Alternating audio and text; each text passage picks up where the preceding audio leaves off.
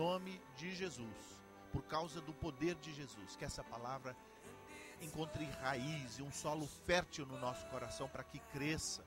E nós confiamos no Senhor e façamos do Senhor o dono dos nossos sonhos, aquele motivador das nossas intenções, das nossas, ó Deus, escolhas. Deus, permita, faz mesmo na nossa vida, com que o teu sonho venha para o nosso coração e que nós façamos como José, corramos atrás e creiamos nesses sonhos. Abençoe a vida de cada um que está de pé agora. O Senhor conhece o coração, o Senhor conhece o meu coração. Eu também estou de pé diante do Senhor. O Senhor conhece os meus sonhos, as minhas lutas, as minhas angústias, as minhas fraquezas. O Senhor conhece. O Senhor conhece o coração de cada um aqui, Senhor. Visita, Senhor. Olha para eles, olha para cada um de nós e dá aquilo de que nós precisamos. Pastor Aloysio não sabe, ninguém aqui sabe, nem eu mesmo sei do que eu preciso, mas o Senhor sabe. E nós nos colocamos nas tuas mãos porque cremos no Deus poderoso, maravilhoso que o Senhor é, que está interessado em nós mais do que nós mesmos. Senhor, vem, cumpra o teu querer, a tua obra, completa a tua obra na nossa vida. Muito obrigado pela tua palavra, muito obrigado pela vida do pastor Aloysio, muito obrigado por Lighthouse, muito obrigado, Senhor, porque cada um de nós veio aqui hoje à noite, e certamente que o Senhor está falando e continuará a falar aos nossos corações. Muito obrigado, toda honra, todo louvor e toda glória seja dada ao Senhor Jesus. Amém. Amém. Podem sentar-me, you may be seated now. I was told to invite Ariane aqui to come up here.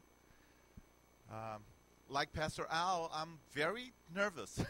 I'm very proud of Lighthouse. I'm very proud to be here with you guys, proud of the leadership for Lighthouse, but I'm kind of shaky.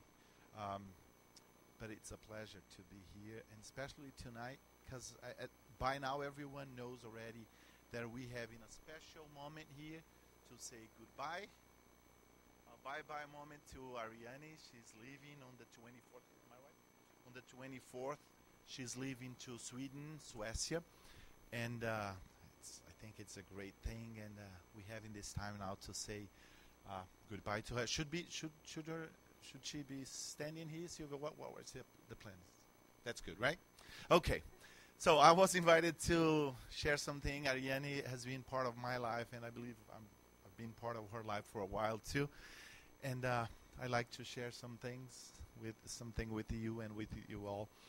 About 10 years ago, I got a gift, a mug, from a very dear friend, and with a special phrase in it.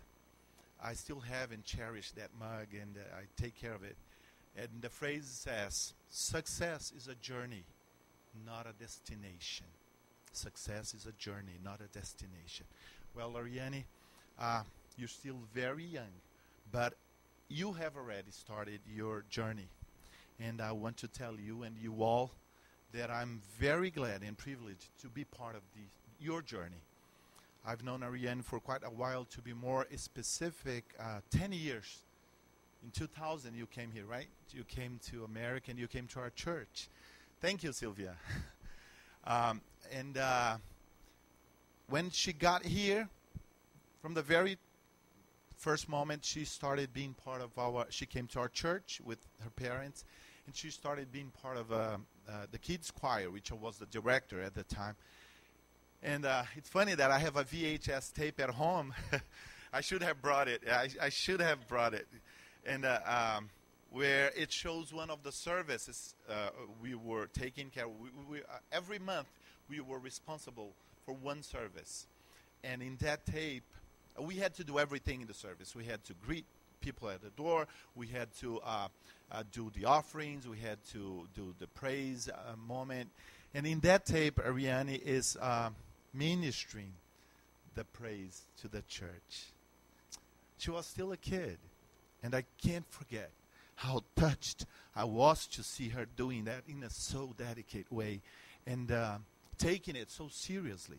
And I'm serious. It's not just because we are here paying honor to Ariane and to God for her life, but it's true. She was very into it, and she was very serious about it. And I want to take a moment to express my appreciation to Juca and Zenaide for the way they have raised their kids, because they're teaching them to be responsible and love the Lord, and love in serving the Lord, and love in serving the church. And I think this is very special.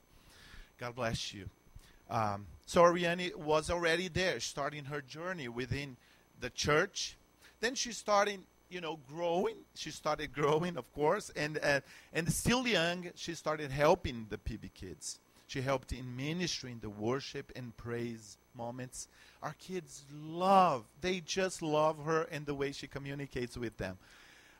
Then more responsibilities came along, like helping with choreography with the kids, helping in the choir rehearsals.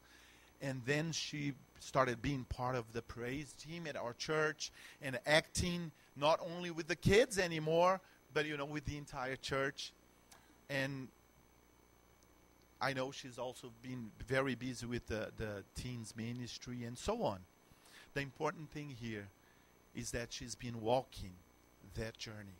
And I'm not afraid to say that it's been a successful one. I've been personally blessed by your presence and ministry among us in our church. You've always been there when I personally needed you and asked you to help, and I needed your servant heart. Thank you very much. I already had plans for you for this Christmas, and you just broke them. Remember that a journey is not always easy. Lots of stones sometimes, detours, derails, even though it can be successful. Not always recognized by all people, but mainly and sometimes only for those whose lives have been touched by your journey. In our journey, many times, we don't have the approval of all people. Many of them don't even understand our ways or decisions. It's still a journey, and it still can be a successful one. My last advice to you, as someone who really loves you, and maybe before, I would say it with a teacher's heart, because I didn't have kids at the time. But now I dare to say it as a parent. Someone who loves you and wishes you all the possible success a real journey can have. And the advice is what Paul says to Timothy in 2 Timothy 1, 5 and 6. I have been reminded of your sincere faith, which first lived in your grandmother, Lois, and in your mother, Eunice, and I'm persuaded now lives in you also. For this reason, I remind you to fan into flame the gift of God which is in you through the laying on of my hands. Ariane, I know that you've been marked through the lives of your grandparents. I know how many times your mom mentioned your grandfather to me, how important he was in her life, and how important he was in your life. And I know, I've seen it through these years, how important your parents have been in your life. So, you see, this is a journey. This is a walk.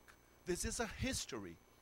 And because of that, for that reason, I remind you to fan, to blow, make a big fire of the gift of God, which is in you, not through the laying of my hands, but through the gift of the Holy Spirit.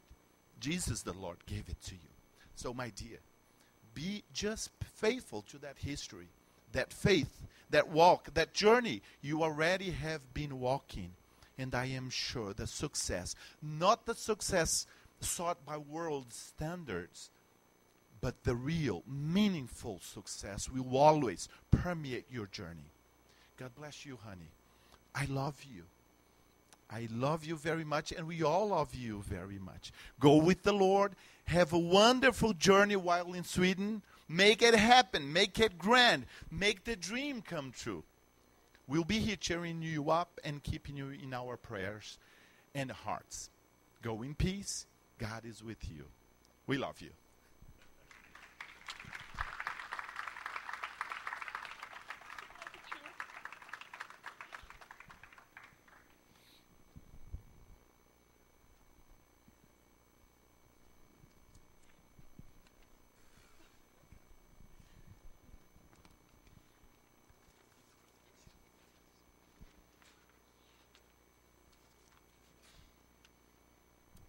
everyone.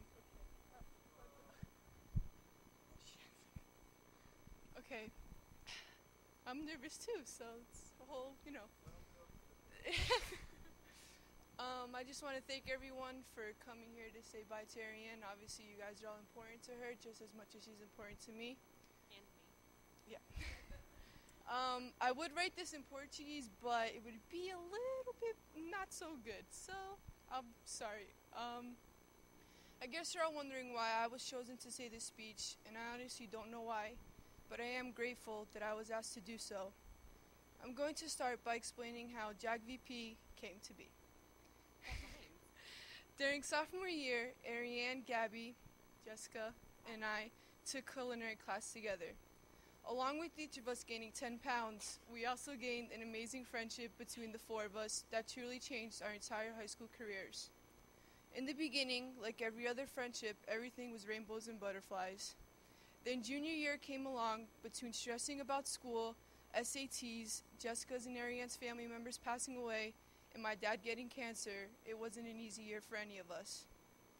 We fought a lot, made each other cry, hurt each other's feelings, but most importantly, we're there to catch every tear, to support every hard decision we had to make, and make each other laugh when all we wanted to do was run away. Then as the end of junior year came crawling around the corner, we all participated in Relay for Life, a walk for cancer. The four of us, being the smallest team at this event, were the ones who made the most unforgettable memories. I can't thank you three girls enough for being there for me on that long night. Towards the end of junior year, Paulina and Victoria began to walk the hallways with us, wait for us after class, and sit at our lunch table. We then became known as JAG VP. After a long summer of most of us working and going to other countries, senior year came quickly. Senior year was our most stressful year for all six of us. We barely had classes with Jessica, which made things difficult for our friendship. Prom and graduation were fast approaching. AP classes were always a plus, and making the biggest decisions of our lives drove each and every one of us crazy. What college were we going to? After long months of applications, rejections, and acceptances, we were ready to go by May. As I thought about what I was going to say in this goodbye speech, a million memories came to mind. But if there's one thing I will always remember for the rest of my life, is going to be the memory I'm about to tell you. It was an ordinary card-playing day in criminal justice when Ariane, Gabby, and I began to have one of our serious talks. Somehow, someway, the topic of love came about. As always, Ariane began talking about her opinion on love. She said, and I quote, "I only love my parents, brother, and sister." Me and Gabby stared at each other like, is she serious right now? I asked Ariane, what do you mean you only love them? We're your best friends. How can you not love us too? Ariane's interpretation of love was extreme, just like all her other interpretations about life. She said that love is too strong a word that people throw around like it's nothing, and that you can only love someone if you die for them. Me and Gabby tried to argue with her for a while, but eventually gave up. We never win. When I went home that day, I couldn't get that out of my head. To be honest, I cried. Ariane was and is such an important person in my life, and I felt like my boyfriend had just broke up with me when she said those words. I couldn't figure out why she didn't love me the way I loved her. Sure enough, about a week or two later, she came to me and Gabby and said, "You guys are right. I realized that I do love you guys in the same sense that I would die for you too." I definitely didn't see that coming. After that day, Ariane really let me and Gabby into her life. From telling us how she came to America with her family to showing us her treasure box full of wonderful things from her childhood, the three of us turned a friendship into a sisterhood. However, this day is not about JAG VP and how we became friends. This day is about a beautiful young woman taking on the adventure of her life. Ever since I've known Ariane, she's always been a high achiever. Settling for less was never an option. Ranking first place for dual at ROTC, getting honors numerous of times, getting selected to lead the worship at her church are only a few of the great things she's accomplished over the years she spent here. Her parents were always there to support her and always there to make her feel loved. Her brother and sister were there every time she needed someone to make her laugh. But God was there when she had no way out. When she began to run out of options concerning her future, God gave her this amazing opportunity. To go to another country to study and embark on an amazing new life was just what she needed. Ariane, you are finally getting what you deserved. After all these years of hard work, it really did pay off. Maybe not in the way that you wanted or expected, but in a better way. We will... I know what. We will all be waiting for you right back here. This is not a goodbye, but an I'll see you later. I love you with all my heart, and I will never forget you or our friendship. Good luck with school and your opportunity to do something extremely spontaneous with your life. Os teus pais, família e amigos vão ter saudades de você, porque você é uma joia que Deus deu para nós todos aqui. Amamos você e nunca esqueço disso, minha querida amiga.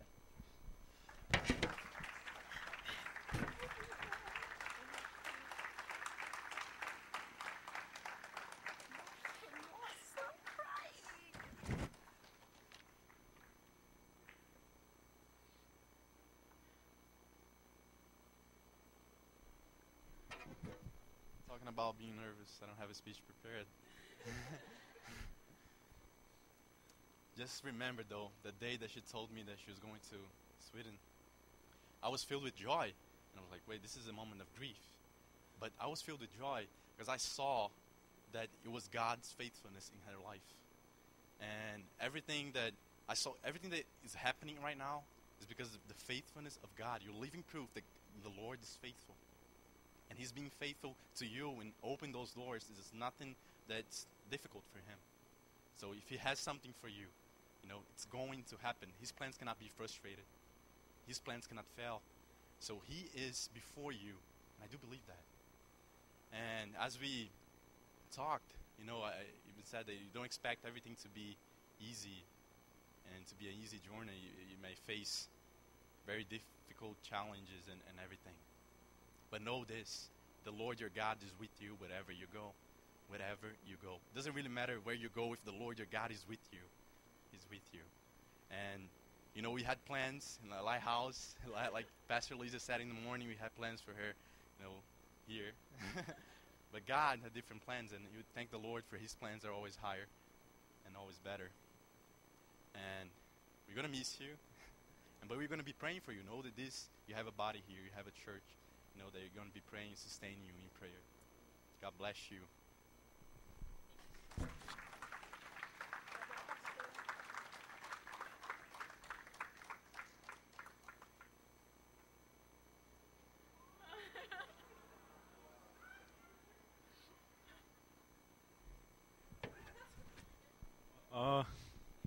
Yeah, I don't have